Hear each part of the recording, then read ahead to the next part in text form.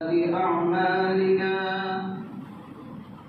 من يهد الله فلا مضل له ومن يضلل فلا هادي له ونشهد أن لا إله إلا الله وحده لا شريك له ونشهد أن سيدنا ومولانا محمدا عبده ورسوله أرسله بالحق بشيرا ونذيرا وداعيا إلى الله بإذنه وسراجا منيرا أما بعد فقد قال الله تبارك وتعالى في القرآن المجيد والفرقان الحميد أعوذ بالله من الشيطان الرجيم بسم الله الرحمن الرحيم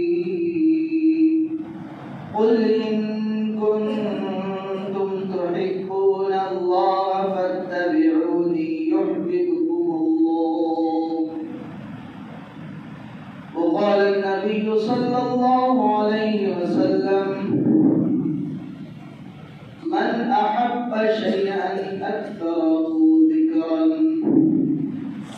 أو كما قال عليه الصلاة والسلام. بزرگان محترم عزیز دوستو، کسی شاعر نے بہت اچھا کہا ہے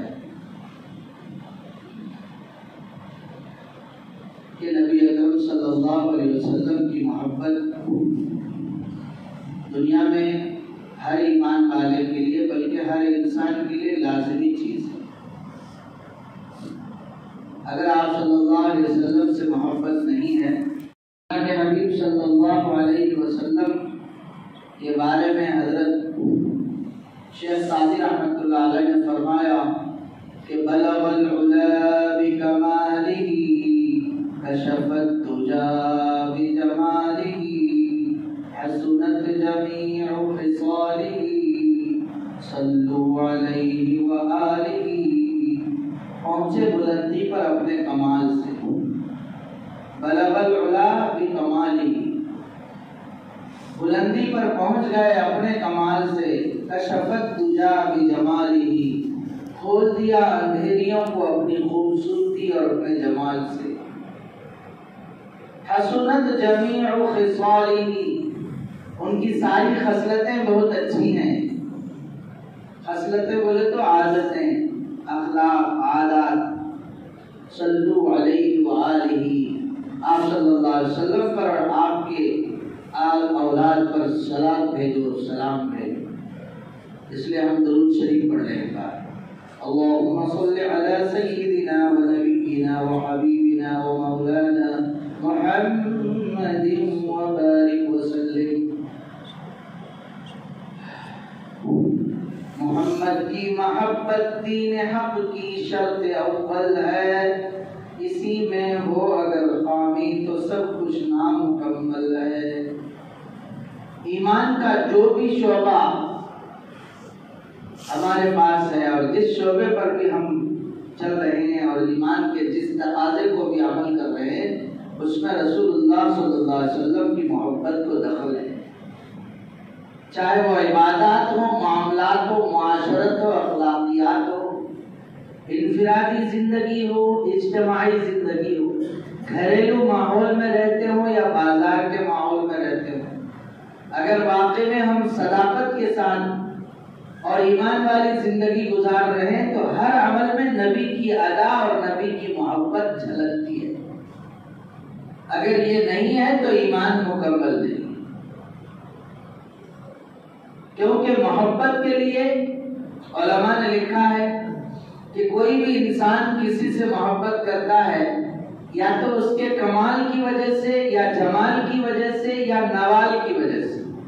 مطلب یعنی اس کے اندر اتنا کمال ہے کہ وہ کامل و مکمل ہے، اس کی زندگی کا ہر حصہ مکمل ہے، اتنا کامل و مکمل ہے کہ اس میں نقص کا سوال نہیں. تو اگر آپ دیکھیں تو دنیا کے اندر کوئی انسان ایسا نہیں ہے جس کے زندگی کے کسی نہ کسی پہلو پر انگلی اٹھانے کی گنجائش نہ ہو. دنیا میں کوئی انسان سوائے پیغمبروں کے کوئی بھی ایسا نہیں. لیکن نبی پاک صلی اللہ علیہ وسلم کی ذات بابرکات پیدائش سے لے کر کے وفات تک زندگی کے کسی حصے میں آج تک دشمنان اسلام میں سے کوئی بھی کسی کو بھی آپ کی ذات بابرکات اور آپ کی ذاتی سیرت پر انگلی اٹھانے کی آج تک ضرورت نہیں. یہ آپ صلی اللہ علیہ وسلم کا کامل و مکمل ہونا دنیا کے سامنے واضح ہے. آپ اور ہم جانتے ہیں کہ جب کوئی انسان باکمال ہوتا ہے تو اس کے وفات پر لوگ کیا کہتے ہیں؟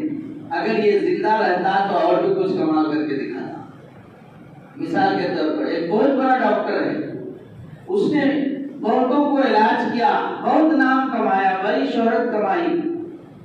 اس کے وفات کے بعد اگر وہ مر جائے تو ظاہر بات ہے کہ لوگ اس کے مرنے پر افسوس کریں گے کہ یہ ابھی زندہ رہتا تو اور بھی لوگ اس سے فائدہ اٹھاتے.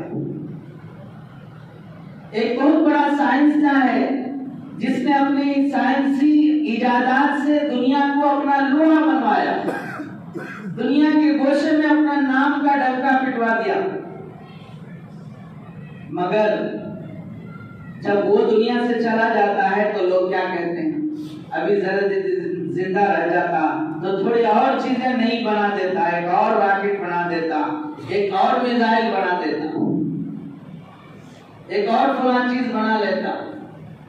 ایک بہت بڑا فاتح ہے جو اپنی قوت, اپنی صلاحیت اور طاقت کا مظاہرہ کرتے ہوئے ملکوں کو فتح کرتا ہے. ایک دم سے اس کا انتقال ہو جائے تو لوگ کیا کہیں گے؟ کچھ دن اور زندہ رہتا تو اور کئی ملک فتح کر لیتا. دنیا کا کوئی انسان ایسا نہیں جس کے مرنے کے بعد یہ نہ کہا جاتا ہو کہ یہ مکمل ہو گیا تھا, اس کا سارا کام پورا ہو گیا تھا. وہ صرف اور صرف نبی اکرم صلی اللہ علیہ وسلم کی ذات باکمال ہے کہ جب آپ دنیا سے جا رہے ہیں, دنیا سے وفات پانے سے پہلے میدان عرفات میں دن کے اجالے میں 1,29,000 صحابہ کے بیچ میں آپ یوں فرما رہے ہیں کہ میں نے تم تک جو دین پہنچانا تھا وہ مکمل پہنچایا یا نہیں؟ صحابہ نے کہا کہ بے شک آپ جس کام کے لیے دنیا میں آئے تھے اس کو آپ نے مکمل ہم تک پہنچا دیا. پھر آپ صلی اللہ علیہ وسلم نے اپنی شہادت کی انگلی آسمان کی طرف اٹھائی اور فرمایا کہ اے اللہ تو گواہ رہنا کہ جو ذمہ داری تو نے میری طرف منتقل کی تھی اور جو ذمہ داری تو نے مجھے دی تھی میں نے تیرے بندوں تک پہنچایا. تیرے بندے خود اس بات کے گواہ ہیں. آپ کے دنیا سے چلے جانے کے بعد اب کوئی یہ نہ کہہ سکے گا کہ حضور چلے گئے فلاں چیز باقی رہ گئی, فلاں مسئلہ باقی رہ گیا, دین کا فلاں حصہ باقی رہ گیا. ایسا مسئلہ نہیں, بلکہ اللہ نے قرآن میں اعلان کر دیا آپ کے وفات سے پہلے ہی اليوم اکملت لکم دینکم واتممت علیکم نعمتی ورضیت لکم الاسلام دینا. جو دین سیدنا آدم علیہ السلام سے لے کر آپ تک ہم نبیوں کے ذریعے سے بھیجتے رہے, آپ پر آ کر کے یہ مکمل ہو گیا. اب یہ دین کامل و مکمل, اس لیے کہ اس دین کو لانے والا کامل و مکمل. لہذا جس کے اندر اتنا کمال ہو اس ذات سے محبت لازمی چیز ہے. دوسری چیز محبت کے اسباب میں خوبصورتی ہے. انسان خوبصورتی کی طرف بھاگتا ہے, ایسی چیز کو دیکھنا چاہتا ہے جو اس کی آنکھیں جس سے خوش ہو جائیں. اگر وہ خوبصورتی کسی بلڈنگ میں ہے تو اس کے دیکھنے کے لیے وہ دیوانہ ہے. مثال کے طور پر تاج محل. اگر وہ خوبصورتی کسی درخت میں ہے تو اس کو دیکھنے کے لیے دیوانہ ہے. اگر وہ خوبصورتی کسی انسان میں ہے تو اس کے پیچھے وہ دیوانہ ہے۔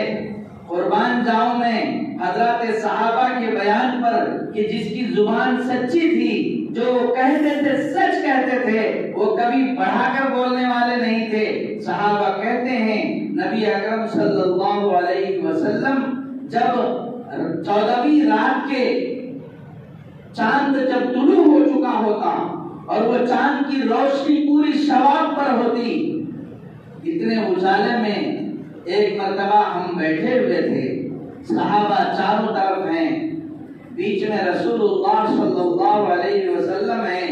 حضرت ابو ہریرہ اس حدیث کو بیان کرتے ہیں، فرماتے ہیں کہ ہم کبھی رسول اللہ کی ذات کو دیکھتے، آپ کے چہرے اقدس کو دیکھتے، اور کبھی چاند کی طرف دیکھتے۔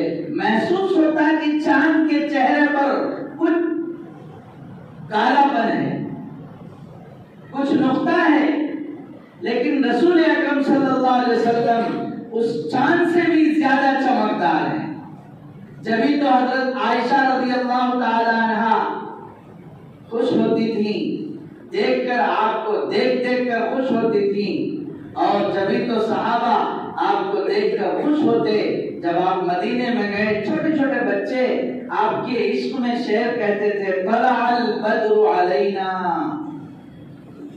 من ثنیات الوداع وجب الشکر علینا ما دعا للہ داعی۔ بدر کہتے ہیں 14ویں رات کے چاند کو۔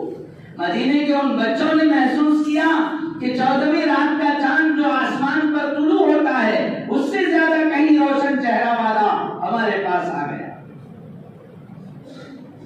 حضرت عائشہ رضی اللہ تعالیٰ عنہ بیان فرماتی ہیں کہ رات کی اندھیری میں جب ہم سوئی سے کپڑے کو سی رہی ہوتی تو کبھی کبھی سوئی ہاتھ سے چھوٹ کر نیچے گرتی، نبی اکرم صلی اللہ علیہ وسلم وہاں تشریف فرما ہوتے، آپ صلی اللہ علیہ وسلم کے جمال کی وجہ سے، خوبصورتی کے وجہ سے آپ حضرت عائشہ رات کی اندھیری میں سوئی اٹھا لیتی تھی، اس سوئی کے اس ٹانکے میں دھاگے پرو لیتی تھی۔ یہ آپ صلی اللہ علیہ وسلم کی خوبصورتی کا حال تھا۔ اسی لیے حضرت عائشہ کہتی تھی کہ مصر کی عورتوں نے یوسف علیہ السلام کی خوبصورتی کو دیکھ کر اپنے ہاتھ کاٹ لیے۔ قرآن کی آیت میں ہے نا، قرآن جنہوں نے آپ سب حضرات نے ماشاءاللہ سنا ہوگا کہ ایک مرتبہ بیگمات مصر جو ہے حضرت یوسف کی خوبصورتی پر عاشق ہو گئی، دیوانی ہو گئی، اور سبھی دیوانی تھی مگر بادشاہ کی بیوی زیادہ تھی۔ اب ظاہر بات ہے کہ ہر ایک کو محبت ستا رہی ہے، تو ہر ایک نے بادشاہ کی بیوی کو تانا دینا شروع کیا کہ کیسی بادشاہ کی بیوی ہے، ایک بازار میں بکنے والے غلام پر دیوانی ہو چکی ہے۔ تو اس نے اس محبت کو اور خوبصورتی کو ظاہر کرنے کے لیے اور اپنی بات کو لوگوں میں ثابت کرنے کے لیے تمام بیگمات مصر کو بلا لی اور سب کو دسترخوان پر بٹھا دیا، پھل دے دیا، چاقو دے دی۔ یوسف علیہ السلام کو حکم دیا کہ آپ ادھر سے گزر جائیں۔ جیسے ہی یوسف علیہ السلام گزرے، انہوں نے پھل جو کاٹنے کے لیے چاقو رکھا ہوا تھا اپنے ہاتھ میں، سبھی نے اپنے اپنے ہاتھ کاٹ لیے۔ کیوں؟ نبی اکرم صلی اللہ علیہ وسلم نے فرمایا قد اعطی شطر الحسن، یوسف علیہ السلام کو اللہ نے دنیا کے آدھے حسن دے دیا۔ جب حسن کو پیدا کیا، آدھا حصہ یوسف کو دے دیا، آدھے حصے دنیا میں رکھ دیا۔ آپ بتائیے، لازمی چیز تھی، انہوں نے اپنے ہاتھ کاٹ دیے۔ اب سوال یہاں پر یہ ہے کہ جب آدھا حصہ یوسف کو مل گیا، آدھے میں ساری دنیا اور اس میں محمد، نہیں، رسول اللہ صلی اللہ علیہ وسلم کو اللہ نے کچھ الگ ہی دے دیا تھا۔ بس یہ سمجھو کیا الگ دے دیا تھا۔ مولانا قاسم نانوتوی رحمۃ اللہ فرماتے ہیں، میں اس سے پہلے بھی یہ شعر سنایا تھا، سب سے پہلے مشیت کی انوار سے نقش روئے محمد بنایا گیا، سب سے پہلے یوسف سے بھی پہلے، پھر اسی نقش سے مانگ کر روشنی بس میں کون و مقام کو سجایا گیا. جی تو یوسف علیہ السلام کی اس خوبصورتی کو دیکھ کر بیگمات مصر نے اپنے ہاتھ کاٹ لیے تھے. اماں عائشہ فرماتی ہیں اگر وہ میرے محبوب حضرت محمد رسول اللہ صلی اللہ علیہ وسلم کے جمال آرا کو دیکھ لیتی اپنے دلوں کو کاٹ لیتی. وہ تو کم سے کم اتنا ہوش تھا کہ ہاتھی کاٹا تھا, اتنے مدہوش ہو جاتی کہ دلوں کو کاٹ لیتی. یہ اللہ نے آپ صلی اللہ علیہ وسلم کو جمال عطا فرمایا تھا. اس کو جمال نبوت کہتے ہیں. یہ جمال محمدی ہے کہ اللہ پاک نے آپ کے شکل و شباہت کو, آپ کی صورت کو, آپ کے پاکیزہ جسم مبارک کو اتنا خوبصورت بنایا تھا. خلقت مبرم من كل عیب کأنک قد خلقت کما تشاء. اتنے خوبصورت. ظاہر بات ہے کہ محبت ہونا لازم ہے. محبت کی تیسری چیز نوال ہے. نوال کہتے ہیں عطا, نوازش دینا. نبی اکرم صلی اللہ علیہ وسلم کی پوری زندگی میں جب تک آپ کے جسم مبارک میں سانس باقی ہے آپ نے صرف لا کے معنی نہیں, یہ صرف لا الہ الا اللہ کا لا ہی آپ نے استعمال کیا ہے, ورنہ اس کے علاوہ کسی انسان کو آپ نے نہیں بول کے نہیں کہا. کسی نے آپ سے زیادہ مانگا, کسی آپ سے کم مانگا, جو کچھ مانگا آپ کے پاس جو تھا آپ نے دیا, نہیں تو آپ نے فرمایا کہ اللہ انتظام کرے گا انشاءاللہ. آپ نے یہ نہیں کہا کہ میں نہیں دوں گا, میرے پاس نہیں ہے. یہ کمال, یہ نوال ہے, یہ آپ کی عطا ہے. اسی لیے حدیث شریف میں نبی اکرم صلی اللہ علیہ وسلم کی صفات بیان کی گئی ہے. کان رسول اللہ صلی اللہ علیہ وسلم اجود من ریح المرسلہ. نبی اکرم صلی اللہ علیہ وسلم تیز چلنے والی ہوا سے بھی زیادہ سخی تھے, کیونکہ سخاوت یہ اللہ کی صفت ہے. اللہ نے اس صفت کو اپنے حبیب کو کامل طریقے سے عطا فرمایا تھا. اس لیے آپ کی سخاوت سے نہ صرف انسانوں نے فائدہ اٹھایا, جانوروں نے فائدہ اٹھایا, اپنوں نے فائدہ اٹھایا, غیروں نے فائدہ اٹھایا. آپ اندازہ کریں, وہ آپ کا دشمن, وہ منافقین کا سردار, وہ عبداللہ ابن ابی جو آپ کے ہر لمحے جان کے در پہ تھا, آپ کے لیے طرح طرح کی سازشیں کرتا تھا. جب وہ مر چکا ہے اس کے بیٹے نے درخواست کی کہ اللہ کے رسول میرا باپ آپ کا دشمن تھا, ہمیں معلوم ہے, لیکن آپ تو آپ ہی, آپ میرے باپ کے لیے اپنا قمیص مبارک دے دیجئے, میں اس میں میرے باپ کو کفن دے دوں گا اور آپ جنازے کی نماز بھی پڑھا دیجئے. نبی اکرم صلی اللہ علیہ وسلم نے اپنا کرتا دے دیا. کیا تصور ہے مسلمانوں, کس نبی کی پیروی کرنے والے ہیں ہم, کس نبی کے امتی ہیں کہ جو اپنے دشمن اور جانی دشمن کو بھی, جو طرح طرح کی پلاننگ کرتا تھا, جس کی مذمت قرآن میں بیان کی گئی, جس کا جہنمی ہونا قرآن میں بیان کر دیا گیا, وہ رسول اکرم صلی اللہ علیہ وسلم کے پاس اس کا بیٹا درخواست کر رہا ہے کہ میرے ابا کو اپنا کرتا دے دیجیے. آپ نے دے دیا. فرمایا آپ جنازے کی نماز بھی پڑھا دیں. حضور تیار ہو گئے, اگر میرے جنازہ پڑھنے سے اس کی مغفرت ہو جائے میں پڑھ دوں. اللہ نے جبرائیل السلام کو فوراً بھیجا, فرمایا نہیں, منع کر دیجئے. اگر آپ 70 بار بھی ان کے لیے مغفرت کی دعا کریں گے, 70 بار بھی ان کے جنازے کی نماز پڑھیں گے, میں ان کو معاف کرنے والا نہیں. اس لیے آپ جنازے کی نماز اس کی نہ پڑھیں. تو نبی اکرم صلی اللہ علیہ وسلم کی عطا اس درجے کا تھا کہ اپنوں نے نہیں, غیروں نے بھی فائدہ اٹھایا. جب یہ صفات جمال, کمال, عطا, یہ سارے صفات آپ کے اندر کامل و مکمل ہیں تو آپ سے محبت لازمی چیز ہے.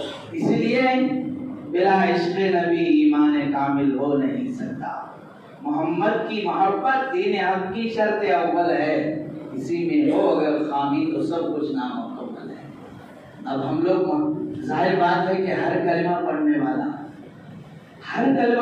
والا اپنے دل میں یہی سوچتا ہے کہ میں نبی کا عاشق ہوں. ہر آدمی یہی سوچتا ہے کہ میں نبی سے محبت کرتا ہوں، اور سوچنا بھی چاہیے۔ بلا شبہ یہ ایک عبادت ہے کہ نبی کی محبت دل میں ہر وقت ایسی ٹھاٹے مارے جیسے سمندر میں پانی موجیں مارتا ہے، مگر صرف زبانی کہہ دینے سے کافی ہو جائے گا؟ ہم دیکھتے ہیں کہ دنیا میں ایسا کوئی دعویٰ معتبر نہیں۔ ہم دیکھتے ہیں کہ دنیا میں اگر سمجھو یہ قلم میرے جیب میں ہے، آپ مجھے کہیں کہ یہ آپ کا پین نہیں ہے، یہ میرا ہے، تو میں کیا کہوں گا؟ اس پر کیا پروف ہے آپ کے پاس؟ یہ ٹوپی آپ کی نہیں، یہ عمامہ جو آپ باندھے ہیں یہ آپ کے نہیں ہے، میرے ہیں، میں کیا کہوں گا؟ کیا پروف ہے کہ آپ کا ہے؟ ہر آدمی کہے گا۔ دنیا میں ہر دعویٰ پر ایک دلیل کی ضرورت ہے۔ اگر ہم واقعی میں یہ دعویٰ کر رہے ہیں کہ ہم کو رسول اللہ صلی اللہ علیہ وسلم سے عشق ہے اور محبت ہے اور ہونا بھی ضروری ہے، تو پھر اس کی دلیل چاہیے نہیں چاہیے؟ دلیل یہ ہے کہ آپ نبی اکرم صلی اللہ علیہ وسلم کے بارے میں خود اللہ نے آپ کے زبان سے کہلوایا کہ آپ لوگوں سے کہہ دیجئے ان کنتم تحبون اللہ، اگر تم اللہ سے محبت کرنا چاہتے ہو، اگر تمہاری خواہش ہے کہ میں اللہ سے محبت کروں اور اللہ سے عشق کروں، فاتبعونی، میری محبت کرو۔ جو نبی کی محبت کرے گا اس کو اللہ کی محبت ملے گی، جو نبی سے عداوت کرے گا وہ اللہ کا دشمن ہو کر دنیا سے جائے گا۔ تو اب محبت کی پہچان کیا؟ اتباع رسول۔ جہاں بھی نفس اور شریعت اور نفس کا مقابلہ ہو، شریعت اور دین اور دنیا کا ٹکراؤ ہو، وہاں دین کو ترجیح دینا یہ دلیل ہے کہ اس کو نبی سے محبت ہے، یہ نبی کا عاشق ہے۔ مثال کے طور پر سچ اور جھوٹ دونوں سامنے ہیں۔ آدمی اگر سچ کو اختیار کرتا ہے یہ نبی کا چہیتا ہے، بھلے وہ مدینہ سے ہندوستان بہت دور فاصلے پر ہے، لیکن فاصلے پر رہتے ہوئے بھی نبی کی سنت اور شریعت پر چلنے والا نبی سے قریب ہے، اور نزدیک رہ کر بھی نبی سے بغاوت کرنے والا نبی سے دور ہے۔ اس لیے ہم نبی اکرم صلی اللہ علیہ وسلم کی محبت کو لازم پکڑیں اور آپ صلی اللہ علیہ وسلم کی اطاعت اور فرما برداری کو اپنی دین اور دنیا کی سعادت اور فوز و فلاح اور کمال کی گارنٹی اور ضمانت سمجھیں کہ اسی میں ہماری کامیابی کی ضمانت ہے۔ اللہ تبارک و تعالی ہم سب کو عمل کی توفیق بخشے۔ سنتیں پڑھیں۔